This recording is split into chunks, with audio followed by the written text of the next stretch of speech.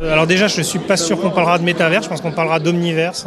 C'est-à-dire qu'on sera un coup dans la réalité virtuelle, un coup dans le monde réel. Il y aura des interactions à tous les coins de rue. Et ce qui serait sympa, c'est qu'on arrive à ne plus savoir si on est dans la réalité ou dans le virtuel. Peut-être qu'il s'y passera des trucs géniaux, peut-être des trucs moins géniaux. C'est un peu ce que le web pouvait nous promettre il y a quelques années et dont on était incapable de décrire à l'avance les sujets. Et je pense surtout que ce sera avec des acteurs qui peut-être n'existent pas encore et vont naître dans l'intervalle. Voilà. Alors moi, ce que je verrais, c'est pas un full métavers, mais c'est une expérience augmentée de la réalité. Je me lève le matin et j'ai pas de télé en face de moi, mais par contre je vois, il y a un écran, il y a un endroit où il y a un écran qui va diffuser les nouvelles, l'information et tout, alors que dans les faits, si j'enlève mes lentilles et tout, il n'y a pas d'écran en fait. Dans la vie de tous les jours, on interagira dans le métaverse, on ira se renseigner, on ira apprendre, on ira acheter dans le métaverse. Donc on sent qu'on aura une expérience qui va être vraiment complète et qui va être très immersive.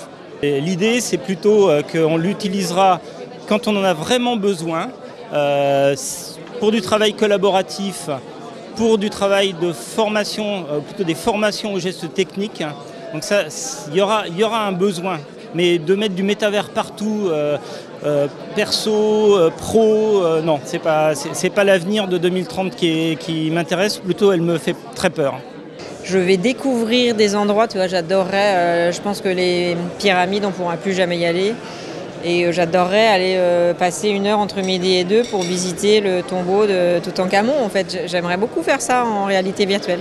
Ce sera beaucoup utilisé, ce genre de technologie, pour aider à l'intérêt du réel derrière aussi. Je ne crois pas en une révolution. Je pense que ça va amener de nouvelles opportunités. Il faut juste être présent et conscient et scanner un petit peu ces opportunités-là. En tout cas, ce que j'espère, c'est qu'en 2032, je ne vivrai pas la même addiction, ou je n'aurai pas des petits-enfants qui vivront la même addiction que nos enfants vivent avec les médias sociaux. Il faut arrêter la capture de la donnée personnelle, soi-disant d'échange de services gratuits. Il faut terminer ça.